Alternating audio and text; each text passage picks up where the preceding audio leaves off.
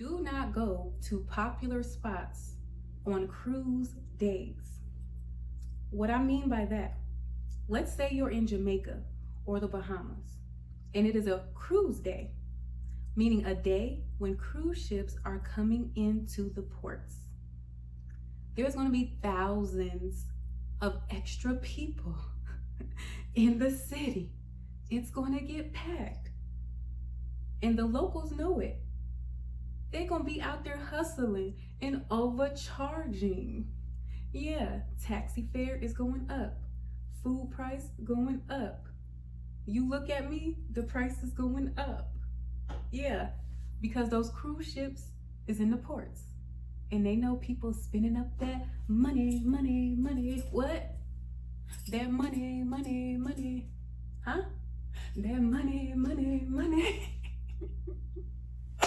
So, if you can choose to do a different activity that is away from the cruise port on those cruise days, then do that. And please, bring cash, because not all places are going to take and accept your card. And not only that, not all places are trustworthy enough to have your card information. Yeah. You didn't use your card somewhere. Now you're driving on your road trip. You didn't have a dead spot. No service, but you still driving because you know the directions. You just driving. Guess what? That vendor you just used to get gas on that side little road, but you really needed to get gas, they done ran up your card. Yeah, you don't even got time to lock it, block it, and reply back to the messages and calls from your bank and let them know, no, that's not me. I didn't do that. Because you're driving. You hit a dead zone. Or you're back on a cruise ship and you have no service. So guess what? Now your card is being ran up and you have no control over it.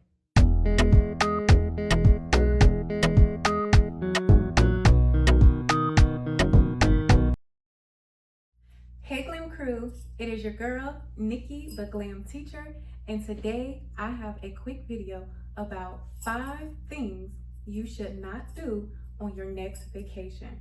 So stay tuned, watch the full video, make sure to like, share, comment, and subscribe. Now, these 5 tips does not matter if you are going on a cruise.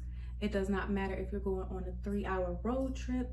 It does not matter if you are going on a quick weekend getaway to Mexico.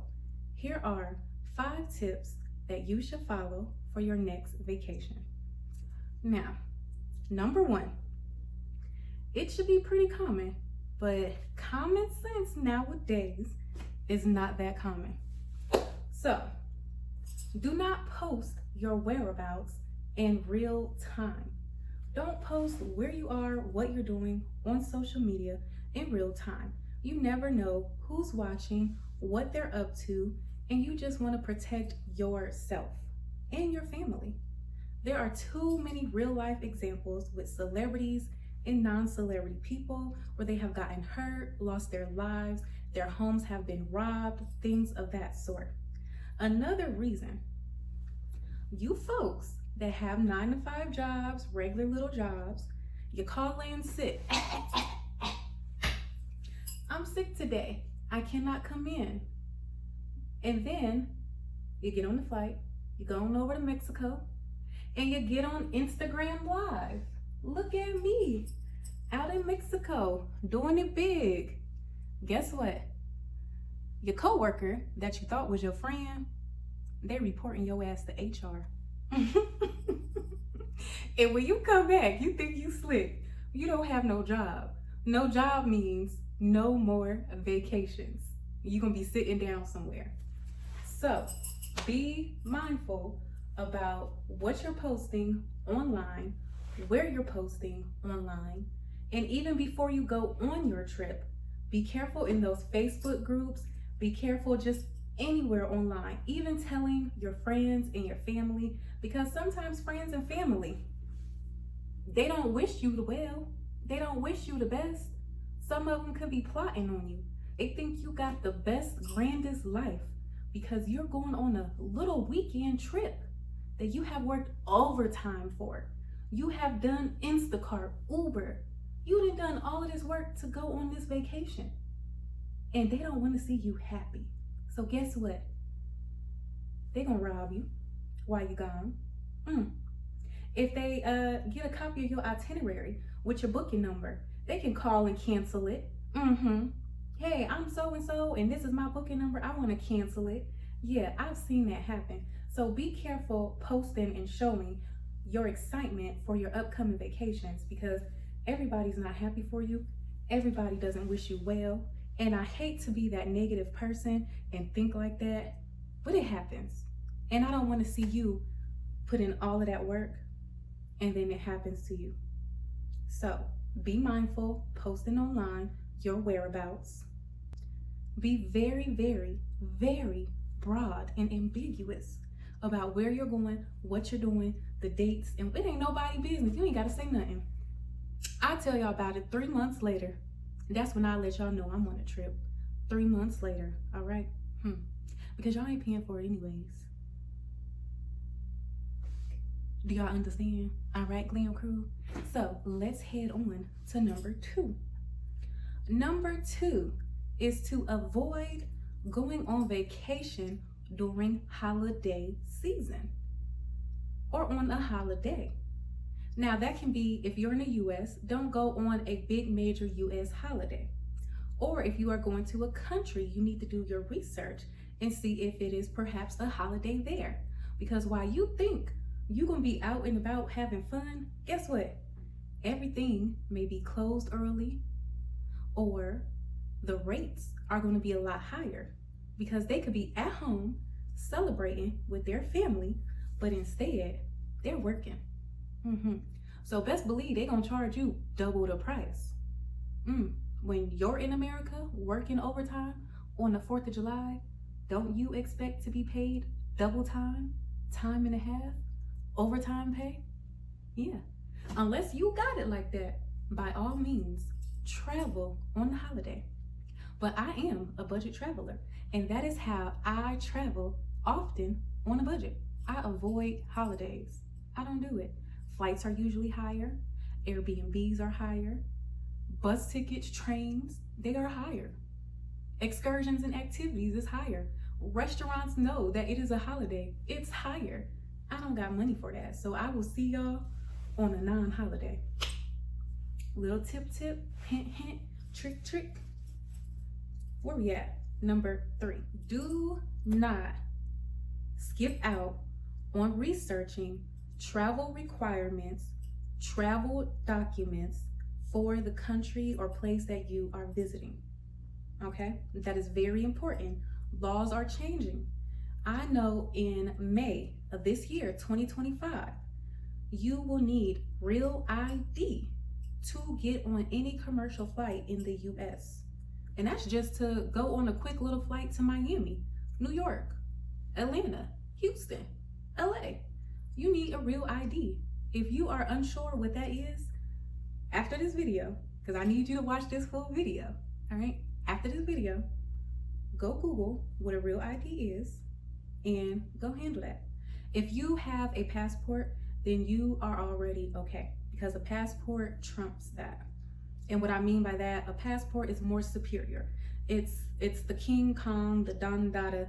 You are okay traveling with your passport to get on a flight. So there you go. But each country has different requirements. You may be able to go to London, all right? But if you want to hop on a train and take your ass on over to Paris, there may be different stipulations and you will not be allowed to get over there. So you just wasted money buying a train ticket that is non-refundable, and you're out of luck because you did not hold yourself accountable and do your research. Just like with cruises, you have to be accountable for knowing what documents are required, what you do and don't need, what's going to be acceptable, what's not acceptable. Even if you call a rep, hey, Carnival Cruise, Royal Caribbean, what documents do I need to go over to Panama? Oh, I can use a birth certificate? Great. And then you go, you then book the flight to get to Miami. You're there, you got your bags packed, you and your gang got matching outfits, y'all about to, hey. Nah, that ain't even gonna happen. Sorry, it's not gonna happen. Why? Because you have a copy of your birth certificate on your phone. You don't even got it printed out. You have a copy of it on your phone, and you trying to show them your phone and say, hey, y'all told me when I called, I just needed a copy of my birth certificate. No, you need it printed out, the original birth certificate. It can't be crumbled up either. It needs to be legible. And there's some other stipulations I can't recall off the top of my head, but guess what? You are responsible for knowing that. You, not me. I'm not your travel agent. I don't get paid enough to do that. But I'm helping you cut down your research time so you know to dig a little deeper or something, right? And if I didn't tell y'all already, like, share, comment, subscribe, right? Please. Number 4. While we're on the notes, while we're on the wind of talking about cruises, please do not do this on your next vacation. Do not go to popular spots on cruise days. What I mean by that, let's say you're in Jamaica or the Bahamas, and it is a cruise day, meaning a day when cruise ships are coming into the ports. There's going to be thousands of extra people in the city. It's going to get packed. And the locals know it. They're going to be out there hustling and overcharging. Yeah, taxi fare is going up. Food price going up. You look at me, the price is going up. Yeah, because those cruise ships is in the ports. And they know people spending up that money. What? That money. Huh? That money. So, if you can choose to do a different activity that is away from the cruise port on those cruise days, then do that. So, you can easily Google while you're in Aruba, hey, what ships will be here on March 25th? And it'll tell you Royal Caribbean is coming in, MSC coming in, Virgin, whatever, Carnival is coming in. And it'll even tell you this boat is going to have 3,000 people. This boat got 600. This boat got 5,000 people. And it's going to be here from 10 a.m. to 5 p.m. So you got a total of, what's that about? I don't even know the numbers I said, but you're going to have a total of 5,000. Now, everybody might not get off, but you got possibly an additional 5,000 people that's going to be looking to do the same activities and excursions that you trying to do that day. Guess what? You already going to be there for a week. Why not just go to the low-key beach on the other side of the island where the cruise people not going anyways, because they only got 6 hours on the island. They're not trying to use an hour drive in order for here because they only got 6 hours. So that's going to take 2 hours of their time anyways. And they want to make sure they get back to the boat on time. So go on over to this little low-key beach for today. And then tomorrow, when let's say there's no cruises coming in, there won't be no ships. Or maybe there's only going to be one ship.